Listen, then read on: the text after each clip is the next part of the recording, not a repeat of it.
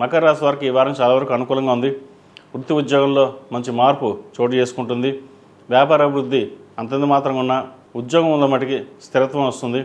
ఉద్యోగ ప్రయత్నం చేసేవారికి కాలం అనుకూలంగా ఉంది. జన్మరాశిలో 4 గ్రహాలు ఉన్నాయి. పంచమాధిపతి, దశమాధిపతి అయిన శుక్రుడు జన్మరాశిలో ఉన్నారు.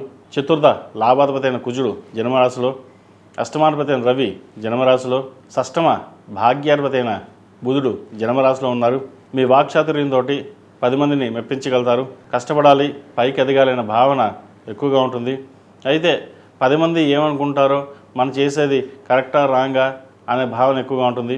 ఎవరిని ఏది పట్టించుకోకుండా, ఏ మాట కాకుండా మీ ధోరణిలో మీరు వెళ్ళండి.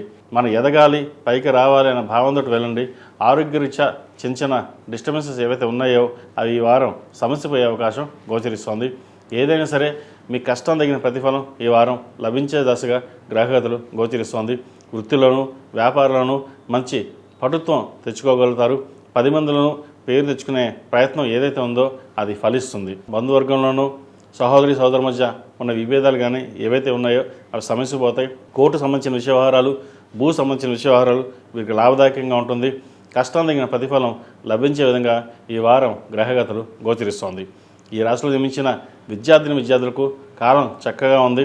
ఇదే విధంగా పట్టుదలతో ముందుకు అడిగేయండి, మంచి ఫలితాలు సాధించగలుగుతారు. సాఫ్ట్వేర్ రంగంలో ఉన్న వారికి, చార్టెడ్ అకౌంట్స్, రియల్ ఎస్టేట్, ముఖ్యంగా సినీ ఫీల్డ్లో ఉన్నవారికి, టెక్నీషియన్స్కి, కాస్మెటిక్స్, వైద్య వృత్తులు ఉన్నవారికి చాలా అనుకూలంగా ఉంది.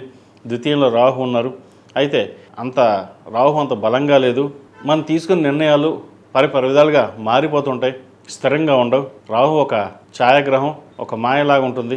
ఏదైనా సరే ప్రాక్టికల్గా మీరు ఆలోచించి నిర్ణయాలు తీసుకోవాలి. ఈ రాశిలో జన్మించిన స్త్రీలకు వృత్తి ఉద్యోగాల పట్ల కొంచెం నిరాశ అని చెప్పొచ్చు. ఉద్యోగం చేదాకా వచ్చి చేజారిపోతుంది. అవకాశాలు కలిసి వస్తాయనుకుంటాం, అవి మళ్ళీ వెనక్కి వెళ్ళిపోవడం. అదేవిధంగా వివాహ సంబంధించిన విషయాలు చేదాకా వచ్చి సంబంధం చేజారిపోయే అవకాశాలు గోచరిస్తుంది. ఏదైనా సరే స్థిరమైన నిర్ణయాలు తీసుకుని ముందుకు వెళ్ళాలి. తద్వారా మంచి ఫలితాలు ఉంటాయి.